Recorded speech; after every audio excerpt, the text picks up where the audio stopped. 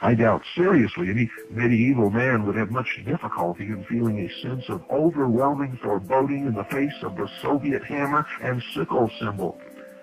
Yet most modern literate people obviously don't know a thing about what that symbol actually represents, except on the most profane level as the implements of the farmer and the worker.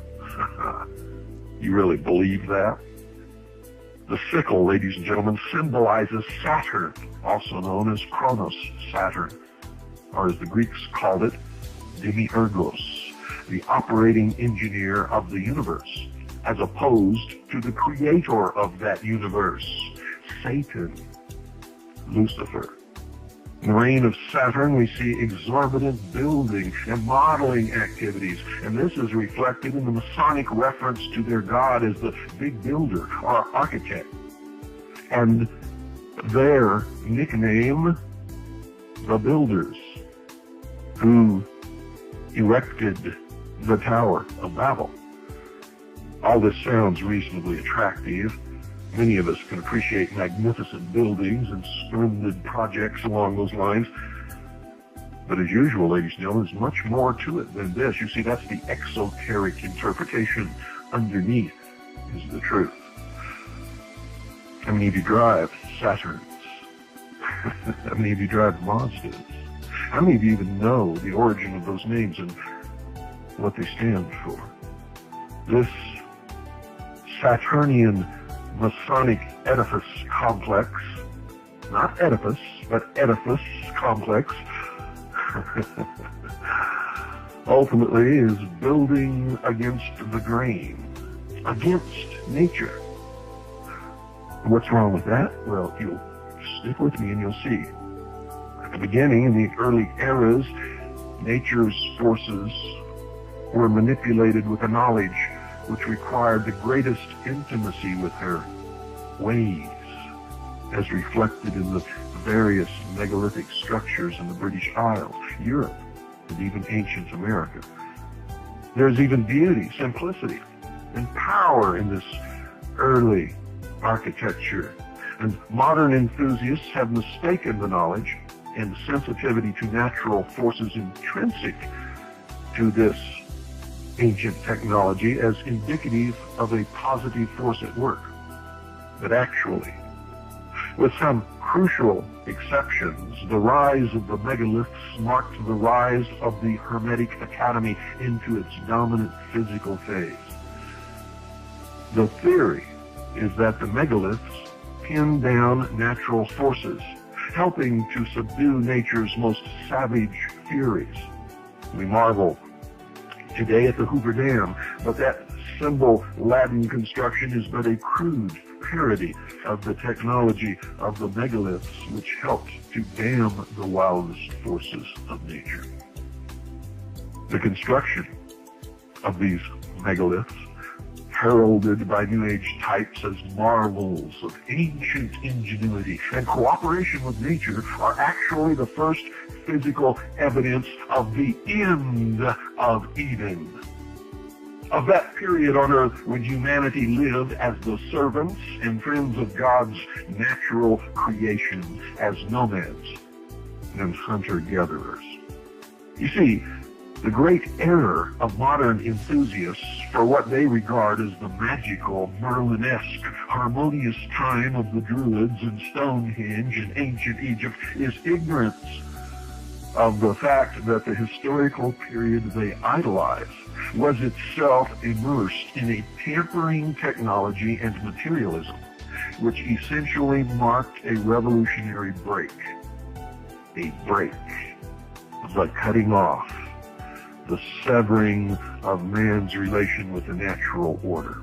Well, what is wrong with that, you say? Well, according to John Mitchell, he said, the first revolution of Olympus marks the first deviation from the primeval ways of men presided over by Cronus, otherwise Saturn. End quote. Saturn is Lucifer, Satan. And this revolution marks the end of man's Edenic relationship with the natural world. You never understood it before, did you?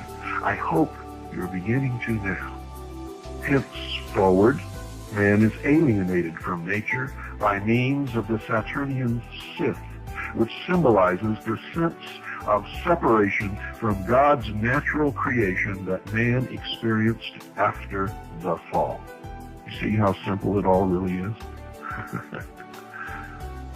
And it really is. That simple, ladies and gentlemen. Don't go away. I'll be right back.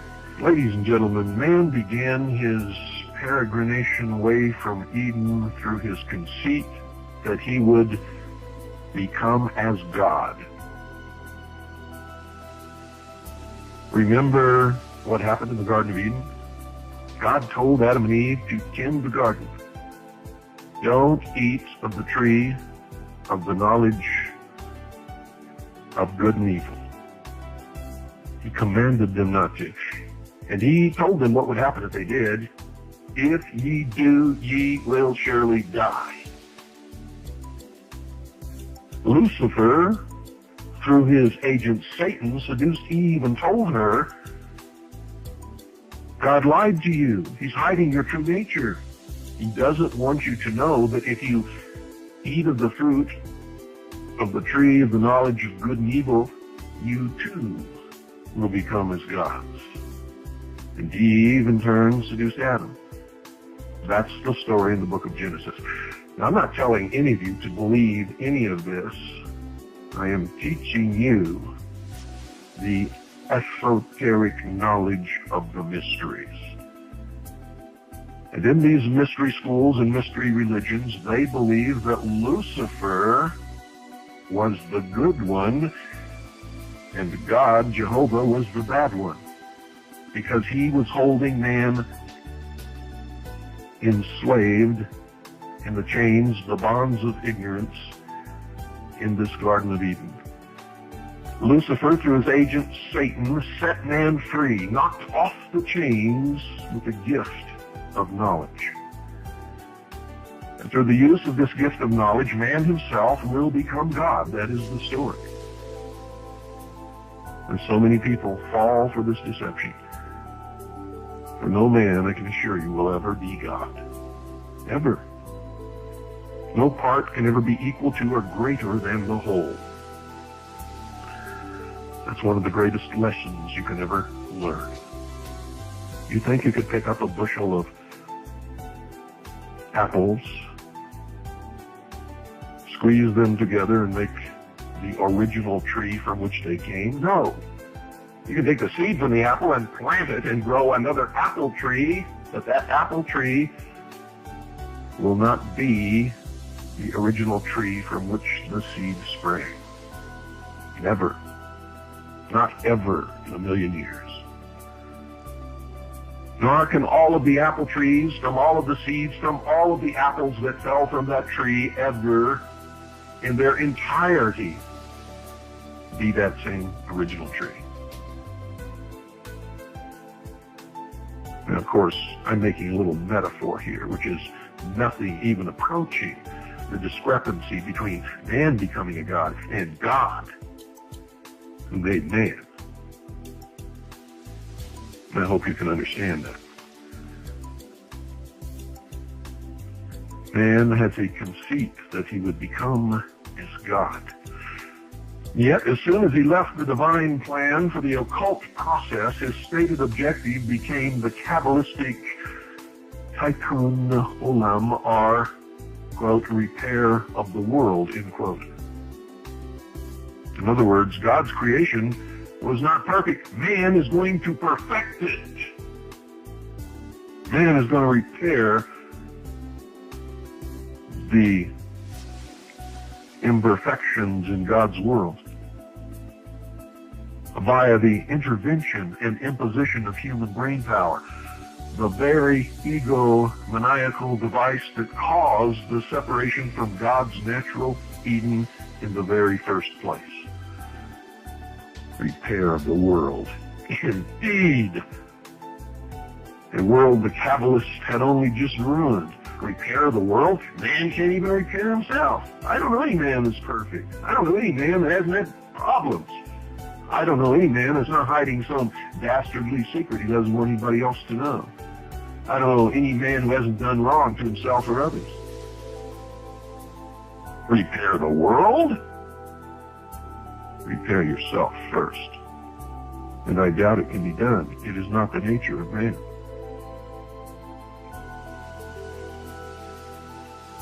After the Saturnian division, Hermetic man saw himself as separate and inevitably above nature, though always quick to identify himself as nature's benign shepherd. Oh, what a deception this is. This mighty occult shepherd king figure has emerged in history under the forms of Arthur, Merlin, Pendragon, Prester John, John F. Kennedy, and many others. He is the personification of the manipulation of nature by secret technology on behalf of a secret hierarchy, which, if known at all, is always careful to present itself as the supreme friend of divine creation. If the expulsion from the Garden of Eden, that is to say, the literal alteration of man's circumstance of living solely upon God's bounty and providence, was the result of satanic intervention, why has it not dawned on us that civilization is itself satanic? Oh, that's a good one to send you to bed with, isn't it? But that's exactly the question that you should be pondering.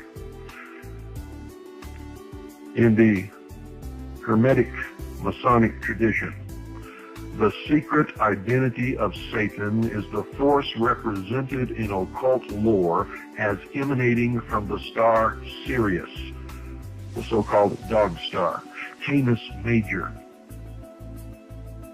And in the secret tradition of the Freemasons, Sirius is overwhelmingly identified with a single primary attribute, the bringing of civilization to Earth. The heirs of this magical current were saluted by the Illuminist and master alchemist Comenius in his 1668 book entitled The Way of Light. Remember, Lucifer is the fallen angel of light. The book was dedicated to the first scientific organization in Western history, Britain's August Royal Society. In it, Comenius addressed the first formal scientists as, quote, Illuminati, end quote, and outlined their scientific purpose, quote, which is to secure the empire of the human mind over matter, end quote. And I've had so many people call me or write me and deny the very existence of the Illuminati.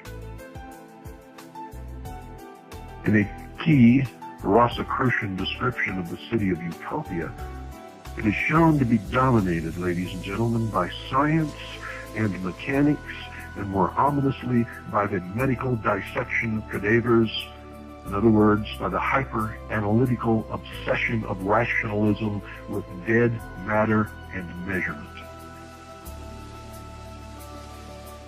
The utopian city of the Rosicrucians is before us today. New York and Los Angeles, Babylon the Great. And it was planned in 1668 and long, long before. You see, we have forgotten the depth of the roots of the modern disease. We have accepted the pop-cap that anything that predated the more obvious rapacity of modern industrial pollution was natural or magical. The notion of magic being identified with the pristine. Hence, we have denied ourselves knowledge of the beginning of the rise of the cryptocracy. John Mitchell said, quote, "It is their immediate concern, having eaten of the tree of knowledge, to apply all their newly acquired arts to constructing a facsimile of the garden, a model paradise," end quote.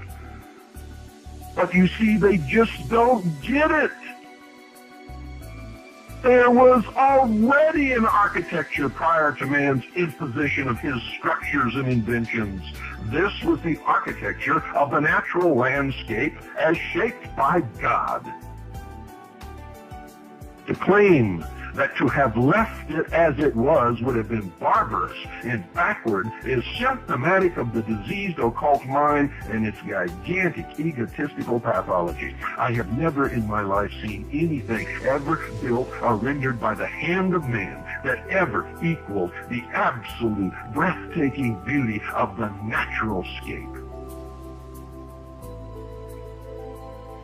As long as it was left as God created, it was paradise. Everybody is looking for the Garden of Eden. Don't you understand? It's all around you. The earth is the Garden of Eden. We were cast out of it. Due to our blindness, we feverishly cooperate with the imposition upon the earth as our own version of Eden, which always ends in the creation of Babylon, hell on earth. John Mitchell said again, quote, "Settlement leads to the establishment of social hierarchies, to specialization, the development of arts and sciences, the building of temples and houses. For millions of years, men, essentially the same as we are now, lived without these and presumably without feeling the need for them." Tacitus described a German tribe that lived entirely without artificial shelter.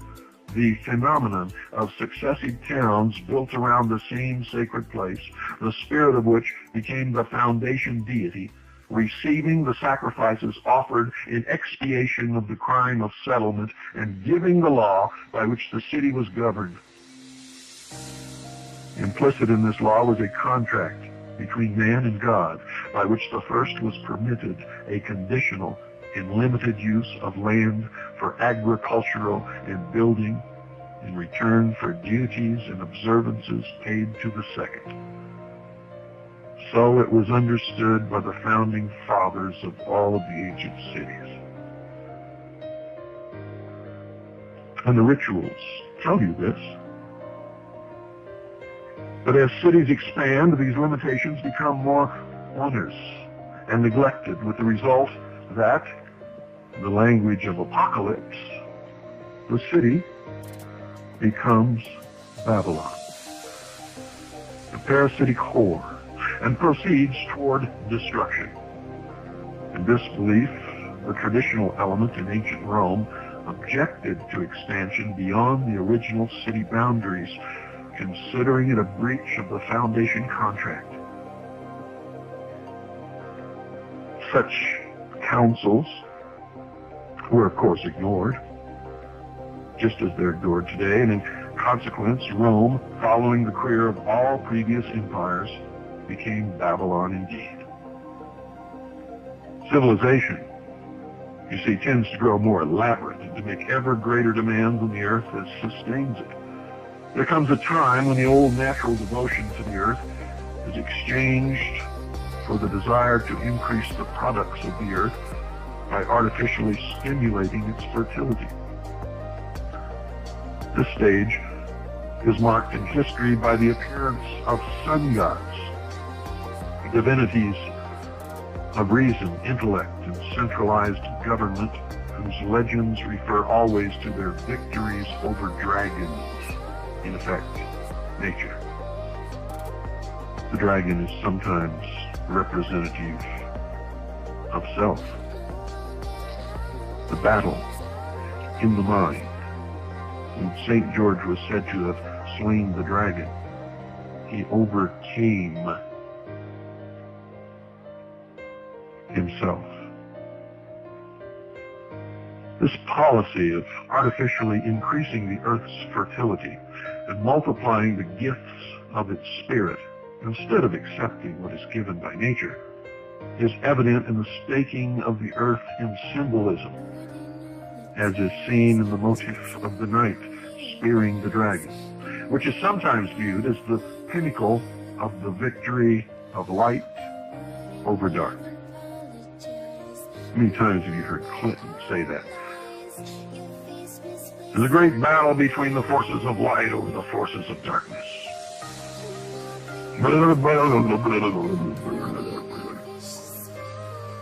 Cicero said the same thing. Hitler said the same thing. All through history, despots and Babylons have been mouthing the same thing over and over and over again. But ladies and gentlemen, we should also be aware that there is an alternate occult reading of this image. This Arthurian symbol has been celebrated by pagans and Freemasons as a sign of man's usurpation of natural creation. The staking process is seen by them as a means to pin down the heretofore flowing character of the energy of creation so as to be harnessed and bled by Stonehenge-like technology in order to give greater and greater resources to man. The Washington Monument is one such pinning down. It is the phallus of Osiris, the generative force, capturing the creative energy for man's use.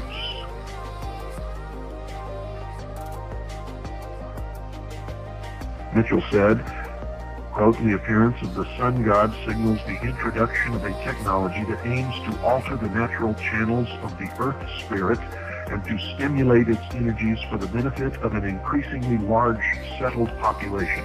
From all that has recently been discovered about the scientific knowledge and methods of the megalith builders, it appears that their system was in the magical tradition of Egypt, Babylon, and the ancient East. At Delphi, by steering the serpent and localizing its energies, Apollo raised the productivity of the oracle. Every ancient standing stone is like the omphalos in the temple of Apollo, driven into the head of the telluric serpent current, fixing and augmenting the earth energies which had formerly fluctuated. Yet in the end, the system became onerous and ineffective, demanding at least as much from the people as it gave in return. Here is revealed the inevitable betrayal by the institutionalized system of technology of the people who have come to depend upon it. The land had become more productive, the people richer and more numerous, until, under the influence of cyclical changes in the heavens, the flow began to withdraw from the temples and take other paths. The latter-day priests, having neglected the principles of the old astronomical science by which the temples were first sited and planned, and no longer sensitive to the earth's spiritual energies, could only resort to more frantic invocations, attended by ever-increasing sacrifice in attempts to repeat the former results, and thus followed, as it has on many occasions and in many places over the world, a reaction against the artificial and ever more futile proceedings of the magicians and a return to simpler ways, end quote. We will continue this tomorrow night. Good night, ladies and gentlemen, and God bless each and every single one of you.